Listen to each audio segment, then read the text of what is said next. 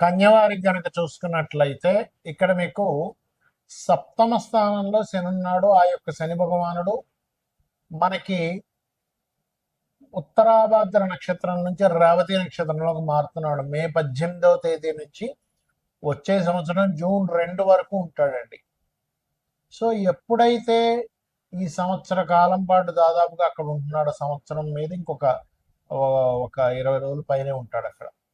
కాబట్టి ఈ 11 నెలలు దాదాపుగా ఉండేటువంటి ఆ యొక్క శని ఎటువంటి ఫలితాలు ఇవ్వనున్నాడు, ఏ విషయాల పట్ల మీరు జాగ్రత్త వహించాలి, ఏ దేవతారాధన చేసుకోవాలి, దేశకాల పరిస్థితుల్లో దీని ప్రభావం ఎలా ఉంటుంది అనేటువంటి విషయాలు చెప్తుంది నేనైనప్పటికీ చెప్పిస్తుంది సాక్షాత్ లలిత అమ్మవారిగా భావిస్తూ ఆ లలితాంబిక అమ్మవారి యొక్క అనుగ్రహం మీకు పరిపూర్ణంగా కలగాలని మనస్ఫూర్తిగా కోరుకుంటూ, ఇక్కడ సప్తమ స్థానంలో శని ఎప్పుడు కూడా ఏంటంటే చూస్తే గనక ఈ వివాహ స్థానం కాబట్టి వివాహ సంబంధించిన విషయాలు, లేకపోతే ఒక సోషల్ మీడియాలో చేసే కొన్ని ప్రయత్నాలు ఉంటూ ఉంటాయి, లేకపోతే మనకి ఏదైనా ఒక సామాజికమైనటువంటి కొన్ని పనులు చేస్తూ ఉంటాం సోషల్గా. అటువంటి పనులు చేసేటప్పుడు రెస్పాన్స్ అనేది స్లోగా వస్తూ ఉంటుంది. అంటే మీరు వెళ్ళి సంబంధం చూస్తారు, ఇంకేముందండి అంతా ఓకే అయిపోయింది, వాళ్ళు చెప్పడమే రేపు చెప్తా అన్నారు, ఎల్లుండి చెప్తా అన్నారు, అలా వారాలు నెలలు గడిచిపోతూ ఉంటాయి. అంటే సాటర్న్ సప్తమ స్థానంలో ఉన్నప్పుడు స్లో మూమెంట్ని ఇస్తాడు. ఇష్టపడిన వారిని వివాహం చేసుకుందాం అన్నప్పుడు ఎవరో అడ్డుపడడం, అక్కడ మళ్ళీ ఆ కొంత డిస్టర్బెన్స్ని క్లియర్ చేసుకోవాల్సి రావడం, ఇవన్నీ జరుగుతూ ఉంటాయి. అయితే అక్కడ ఉండేటువంటి శని మాత్రం ఒకటి ధన విషయంలో సప్తమ స్థానం కదండి, ఎంతైనా బుధ నక్షత్రాల్లో ఉన్నాడు కాబట్టి ధన అభివృద్ధిని, అందులో ముఖ్యంగా గురురాశుల్లో ఉండేటువంటి శని కాబట్టి 6వ అధిపతి అంటే ఉద్యోగానికి కారకుడైనటువంటి శని దశమ స్థానాధిపతి నక్షత్రం మీద, లగ్న దశమాధిపతి నక్షత్రం మీద గురువు యొక్క రాశుల్లోకి వెళ్తున్నాడు కాబట్టి బీఈడీస్ చేసిన వాళ్ళు ఉంటారు, టీచింగ్ చేసేటువంటి వారు, ట్రైనింగ్ ఇచ్చేటువంటి వారు, కన్సల్టెన్సీ సెంటర్స్ పెట్టుకుందాం అనుకునేటువంటి వారికి, బ్యాంకింగ్ రంగాల్లో ఉండేటువంటి వారికి, కన్యవారికి అనుకూలతనిస్తాడు ఇక్కడ ఈ యొక్క శని రేవతి నక్షత్రంలో ఉన్నప్పుడు. అదేవిధంగా కొంచెం ఉద్యోగ సంబంధించిన విషయాల్లో కూడా కొంచెం ప్రమోషన్ రావడానికి మాత్రం కొంచెం స్ట్రెస్ ఉంటుంది, స్లో మూమెంట్ ఉంటుంది.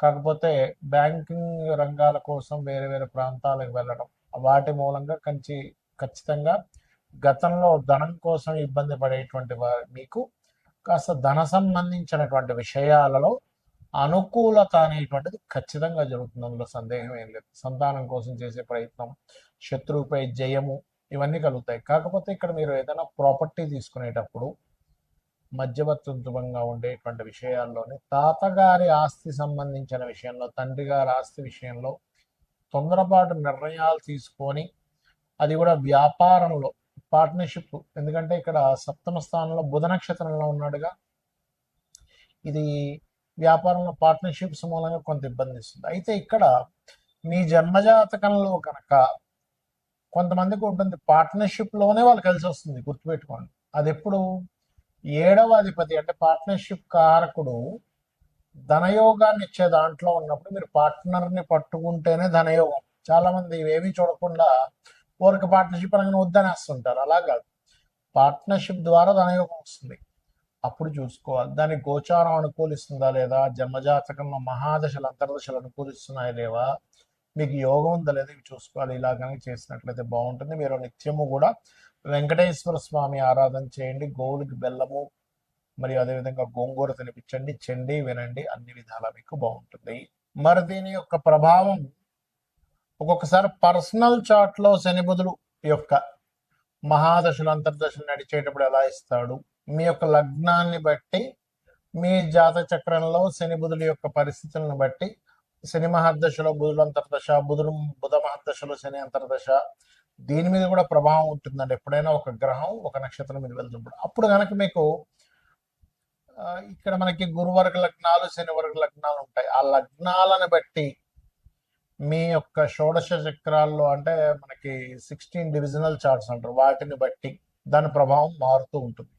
కాకపోతే ఏదేమైనా కానీ ఏమంటే నాకు జాతకం తెలియదు, ఏమీ తెలియదు, ఏం చేయాలి? ఈ శని బుధుల యొక్క కాంబినేషన్ అనేటువంటిది ఒక రకంగా చెప్పాలంటే ఇది ఫైనాన్షియల్ గ్రోత్ ఇస్తుంది.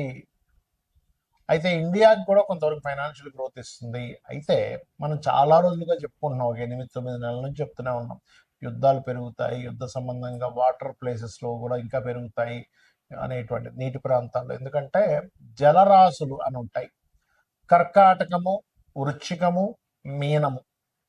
ఈ జలరాశుల్లోకి ఎప్పుడైతే శని యొక్క సంచారం జరుగుతూ, మొన్న మనకంతా కూడా కుజుడు కూడా కలిసి ఉండడం, కుజుడు కుంభంలో ఉండి రాహుతో కలవడం, దాని తర్వాత శనితో కలవడం వల్ల జలరాశుల్లో ఉండేటువంటి జల ప్రదేశాల్లో యుద్ధాలు పెరగడం, జలరాశుల్లో ఉండేటువంటి అన్ని దేశాల్లో ఉండేటువంటి కొన్ని నౌకలకు ఇబ్బంది రావడం, అందులో ముఖ్యంగా ఇండియా నౌకలకు కూడా ఇబ్బంది రావడం, ఇవన్నీ చెప్పుకున్నాం మనం.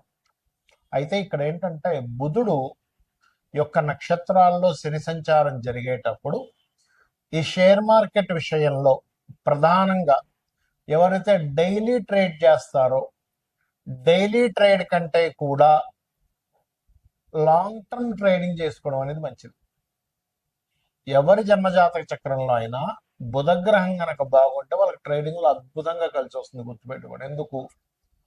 బుధుడు తెలివితేటలకి, ట్రేడింగ్కి, వీటికి కారకుడు. గుర్తుపెట్టుకోండి.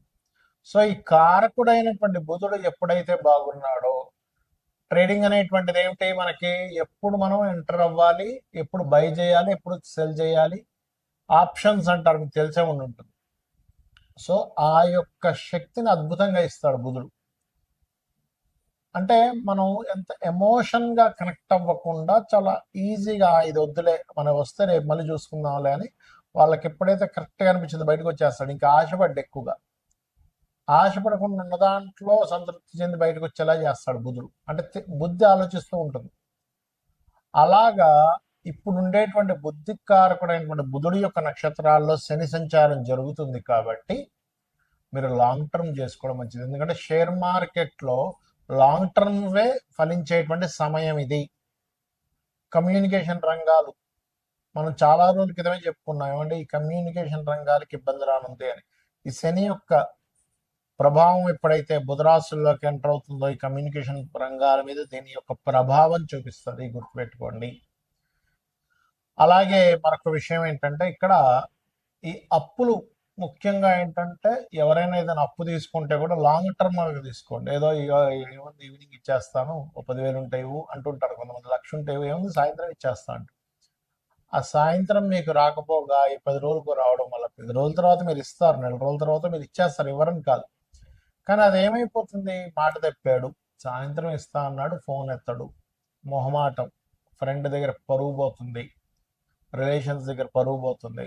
అందుకని ఏంటి, ఆ నెల రోజులు తప్పించుకొని నెల రోజుల తర్వాత ఇగో నేను ఇచ్చేస్తున్నా అంటాడు. అప్పుడు ఏమైపోద్ది అంటే ఈ శని యొక్క రాశుల్లో ఎప్పుడైతే శని యొక్క నక్షత్రం మీద ఎప్పుడైతే శని వెళ్ళి బుధ నక్షత్రం మీద ఉన్నాడో ఇదేం చేస్తుంది? బుధుడు అప్పులకు కారకుడు కాబట్టి ఇది అప్పుల విషయంలోని కొన్ని దేశాల్లో ఆర్థిక మాన్యాలు,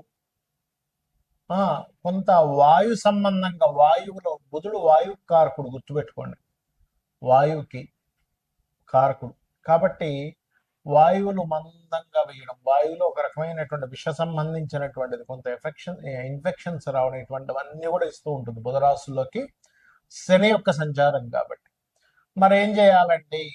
దేశకాల పరిస్థితులు ఇలా ఉన్నాయి కదా, ఏం చేయాలి? సింపుల్గా ఏమీ లేదు, మీరు చండీ వినండి లేదా విష్ణు సహస్రనామాలు వినండి చాలు. మీరేమి వేలు లక్షలు ఖర్చు పెట్టేసి ఏదో పూజలు చేసుకోవాలని ఏమి అక్కర్లేదు. మీకు డబ్బులు లేనప్పుడు భగవంతుడు నామస్మరణ చేత, అమ్మవారి యొక్క నామాల్లో ఒక నామం ఉంటుంది, నామ పారాయణ ప్రీత నంద విద్యా నటేశ్వరి అని. అంటే నామాన్ని పారాయణం చేస్తే ఆవిడ ప్రీతి చెందుతుందట. ఆవిడ కనుక ప్రీతి చెందితే మనం రక్షిస్తుంది. ఆవిడ ప్రీతి చెందడం కావాలి, అంతే కదండి. ఇప్పుడు ఒక తల్లి గనక బిడ్డ, అయ్యో నా బిడ్డ అని ఫీల్ అయితే ఆ తల్లే రక్షించుకుంటుంది. కోడైనా చూడండి, కోడి పిల్లల దగ్గరికి వెళ్తే చాలు, కోడి పొడి చేయడానికి వచ్చేస్తుంది, పులినైనా పొడి చేస్తుంది. కాబట్టి ఏంటంటే అమ్మవారిని నా తల్లి అనే భావనతో మీరు చేయండి. దేశకాల పరిస్థితుల్లో ఎటువంటి సిచ్యువేషన్స్ వచ్చినా కూడా మీకు ఎటువంటి ఇబ్బంది కలగకుండా ఉంటుంది.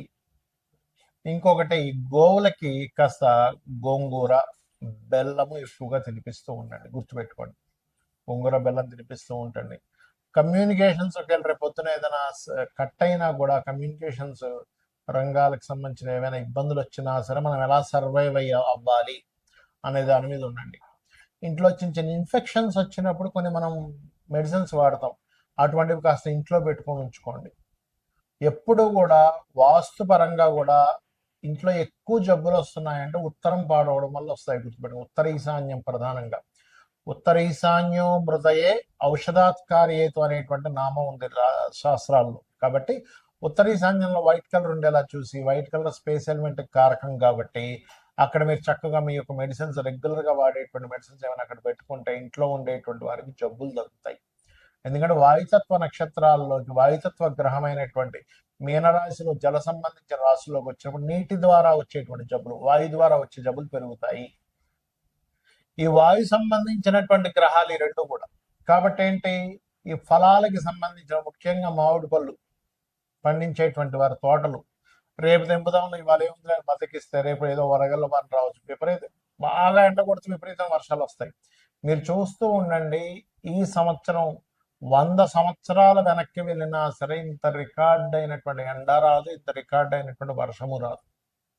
అంత రికార్డ్ స్థాయిలో వర్షము ఎండ వస్తాయి, చూసుకొని గుర్తుపెట్టుకోండి. ఎందుకంటే ఈ గ్రహాలు ఏవైతే ఉన్నాయో అన్ని కాలసర్ప యోగంలోకి వెళ్తూ ఈసారి ఉండేటువంటి నవనాయకుల యొక్క స్థితి ఆ రకంగా ఉంది. కాబట్టి ఏంటి, మనకి ఇవన్నీ ఎందుకు చెప్పుకుంటాము, మనం ముందు రక్షింపబడాలి.